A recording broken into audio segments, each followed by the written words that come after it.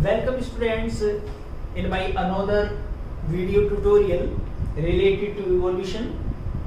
In the last video we already discussed about the formation of universe, formation of solar system and earth. यानी कि पिछली video में ये सारी चीजें हम डिस्कस कर चुके हैं. In this video we will discuss about the ancient theory of origin of life. यानी कि लाइफ का ओरिजिन कैसे हुआ, हम कैसे बने, या और क्रिएचर जो हैं प्लांट्स, एनिमल, वो सभी कैसे इवोल्व हुई, इन सभी के बारे में हम डिस्कस करेंगे. So there are several theories related to the origin of life.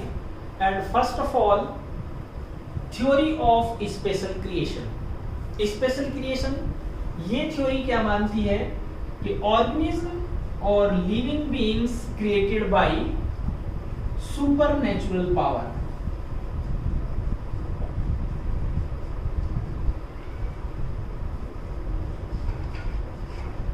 That is God. यानी कि भगवान ने हम सभी को बनाया. जो पहली थ्योरी है वो क्या बताती है कि all living organism created by the God. और इसमें अलग अलग धर्म के मानने वाले हैं, वो उनका अलग अलग विचार है. जैसे कि Bible, according to Bible the first male और first man was Adam and first female was Eve. इन्होंने ये बताया कि भगवान ने, या बाइबल के अकॉर्डिंग जो गॉड फादर हैं, उन्होंने सबसे पहले किसको बनाया? एडम और ईव. ये दो क्रिएचर बनाई और उसके बाद होल वर्ल्ड बना. According to Hindu mythology, Hindu धर्म के अकॉर्डिंग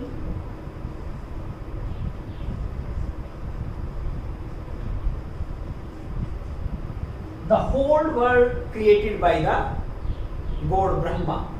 हम मानते हैं ना Brahma ji,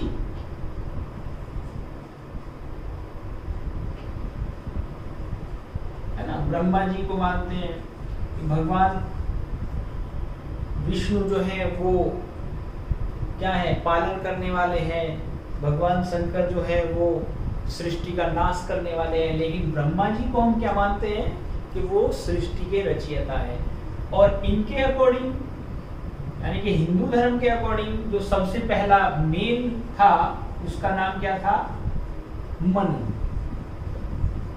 and first female was Shraddha. तो ये पहली थ्योरी क्या बताती है कि जो भी लिविंग क्रिएचर हैं वो गॉड के थ्रू बनाई गई. लेकिन इसका कोई साइंटिफिक प्रूफ नहीं है. इसके बाद दूसरी theory, second theory, theory of कैटास्ट्रोफिज्म.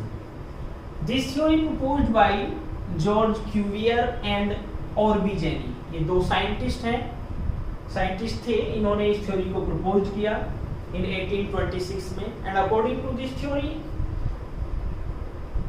a great destruction or catastrophic revolution take place in the universe.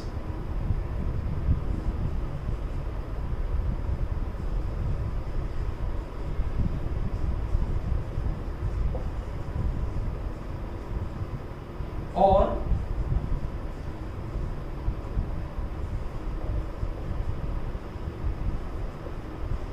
Great destruction take place in the universe. मतलब एक अचानक से एक प्रलय आई और जो पहले से ही लिविंग ऑर्गेनिज्म प्रेजेंट है उन सभी को डिस्ट्रॉय कर दिया. और उसके बाद new organism created by the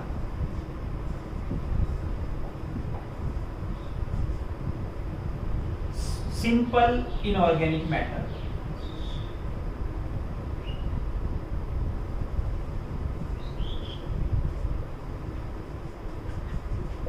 जो इनऑर्गेनिक मैटर है उससे न्यू ऑर्गेनिज्म बना.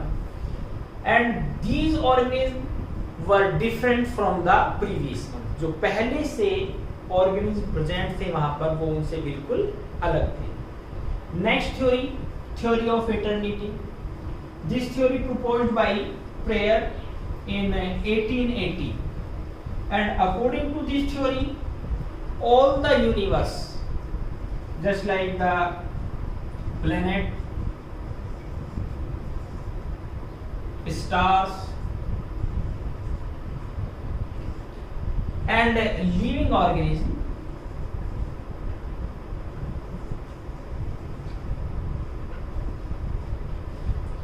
present as such as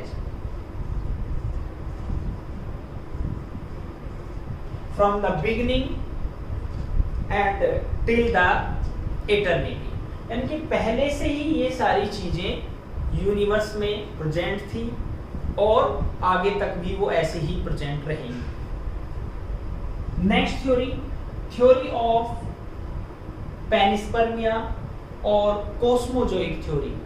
ये दो अलग अलग नाम हैं, लेकिन दोनों एक अल्टरनेटिव फॉर्म की थ्योरी, अल्टरनेटिव फॉर्म्स हैं दोनों। First theory cosmozoic theory proposed by Richter in 1865, and according to this theory, the organism created by the spores or germ or other particles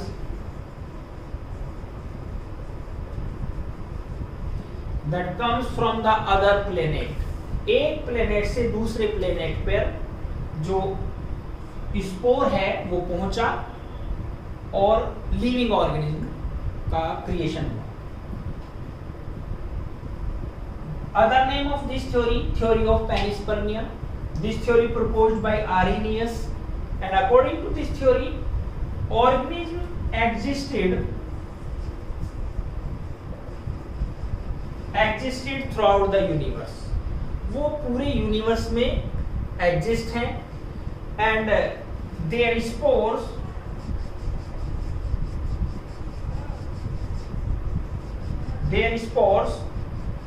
reach on the earth and form the new organism. तो ये दोनों theory एक alternative form है।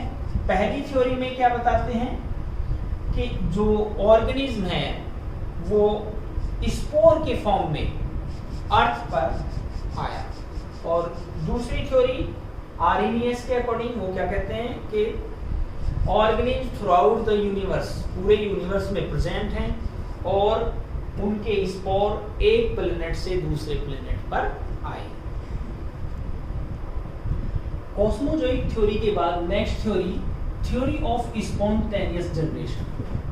Spontaneous generation और इसका दूसरा नाम abiogenesis या autogenesis. This theory was proposed by early Greek philosopher या early Greek thinkers, that is Thales, Anaximander, Plato and Aristotle. और भी कुछ दार्शनिक थे जिन्होंने ये थ्योरी प्रपोज की। And according to this theory, life is originate in spontaneous manner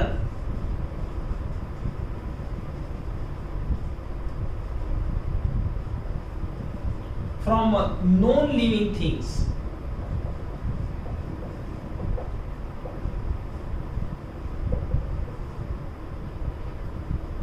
Non-living things से अचानक ही लाइफ ओरिजिनेट हो गया। तो ये दार्शनिक, ये फिलोसोफर क्या मानते हैं कि अचानक ही लाइफ किसी भी नॉन लिविंग थिंग्स से ओरिजिनेट हुआ होगा। Another scientist that is von Helmont, इन्होंने तो इनसे भी आगे की बात बताई, और इन्होंने क्या बताया कि अगर हम ह्यूमन की एक पसीने से भीगी हुई शर्ट और उसके साथ गेहूं की बाल जो होती है, बाली होती है, उनको किसी बर्तन में रख दिया जाए तो लाइफ ओरिजिनेट हो जाता है। उन्होंने एक एक्सपेरिमेंट किया और पसीने से भीगी हुई शर्ट को गेहूं के दानों के साथ या गेहूं की बाल के साथ एक कच्चे बर्तन में जो पुराने समय में यूज होते थे उसमें रखा, उसको खुला छोड़ दिया। तो आप खुद ही समझ जाइए, जहां पर अनाज रखा होगा चूहे वहां पर आने निश्चित है। तो ऐसा नहीं था कि वो पसीने से भीगी हुई शर्ट और गेहूं से चूहे ओरिजिनेट हो गए। तो ये दोनों थ्योरी यानी कि स्पॉन्टेनियस जनरेशन जो ये फिलोसोफर हैं इनके अकॉर्डिंग स्पॉन्टेनियस मैनर में जो बताते हैं। दूसरा वॉन हेलमंट ने जो बताया कि आप अगर शर्ट को, पसीने से भीगी शर्ट को एक साथ रखें तो लाइफ ओरिजिनेट यानी कि एक न्यू ऑर्गेनिज्म ओरिजिनेट हो जाएगा। इन्होंने क्या बताया, sweat shirt plus wheat grain living organism.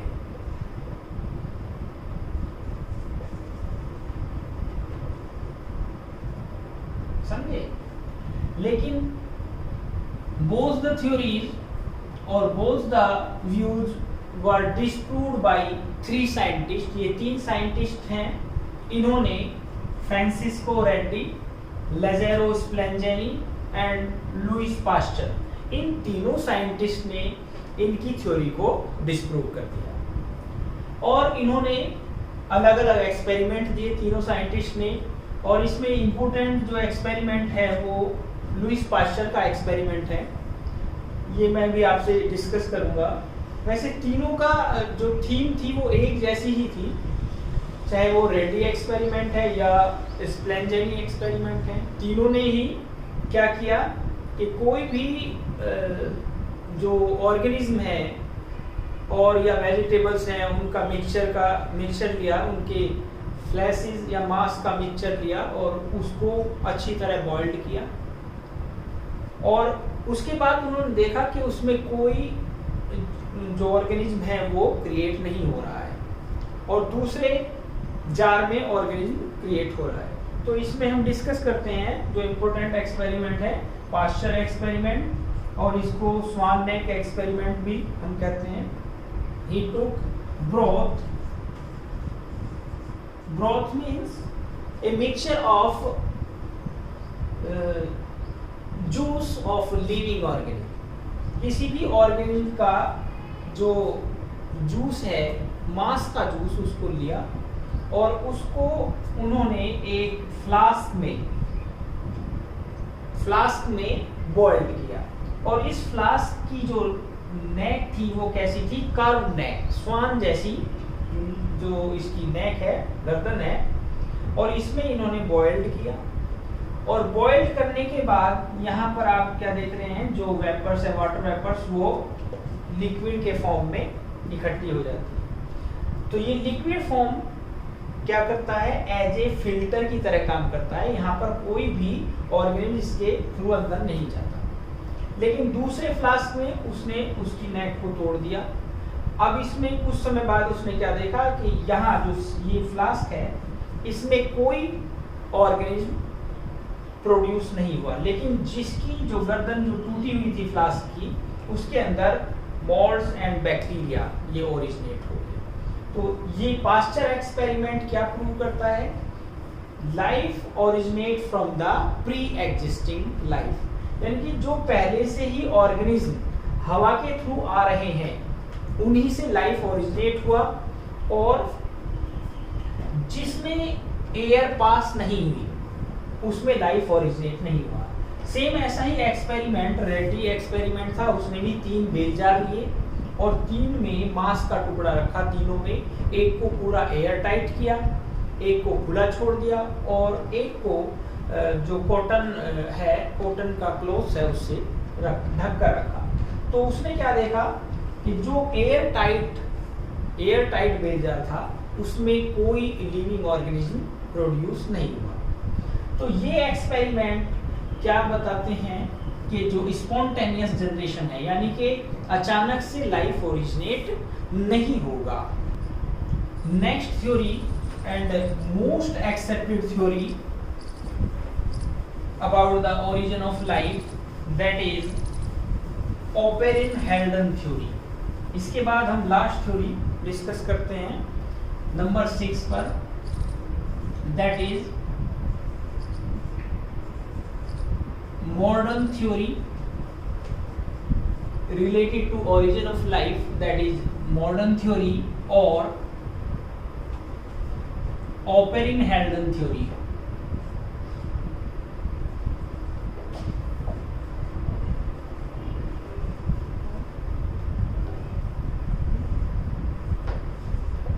This theory also called chemical theory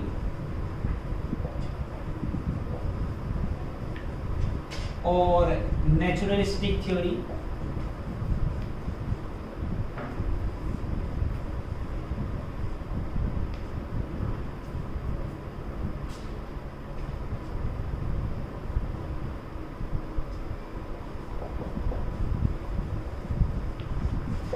Okay, according to this theory, life originate on earth through a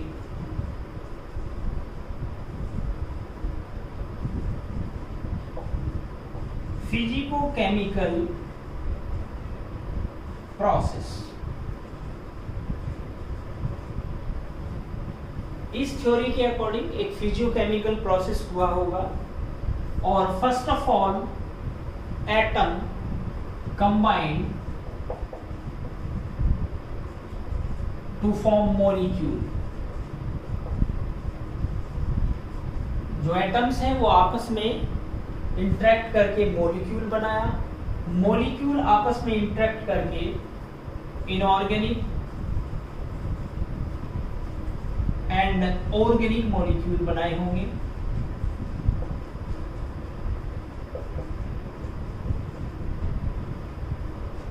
Inorganic and organic molecule interact with each other and to form macromolecule.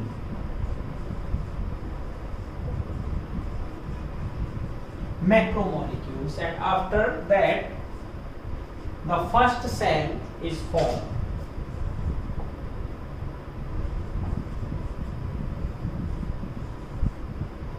समझे? तो सबसे पहले जो atom है वो आपस में combined हुए, मॉलिक्यूल बनाया, मॉलिक्यूल आपस में इंटरेक्ट करके इनऑर्गेनिक और ऑर्गेनिक मॉलिक्यूल बनाए होंगे और इनऑर्गेनिक और ऑर्गेनिक मॉलिक्यूल से मैक्रोमोलिक्यूल बने और फाइनली मैक्रोमोलिक्यूल्स आपस में इंटरेक्ट करके जो फर्स्ट सेल है उसका ओरिजिन हुआ. और उस समय अर्ली अर्थ पर वो एटमॉस्फेयर इस चीज के लिए फेवरेबल था जिससे कि फर्स्ट सेल का ओरिजिन हुआ. तो ये थ्योरी क्या बताती है? लाइफ स्पॉन्टेनियसली ओरिजिनेट हुआ नॉन लिविंग थिंग्स से, लेकिन एक सीक्वेंस में नॉन लिविंग थिंग्स से ओरिजिनेट हुआ और फिर एक लिविंग क्रिएचर बनी, फर्स्ट सेल बनी होगी जिसे प्रोकैरियोट सेल कहा गया. उसके बाद प्रोकैरियोट सेल में इवोल्यूशन हुआ और दूसरे ऑर्गेनिज्म बने. तो ये सभी थ्योरी किससे रिलेटेड है? ओरिजिन ऑफ लाइफ से. नेक्स्ट वीडियो में हम अगले टॉपिक के बारे में डिस्कस करेंगे. Thank you.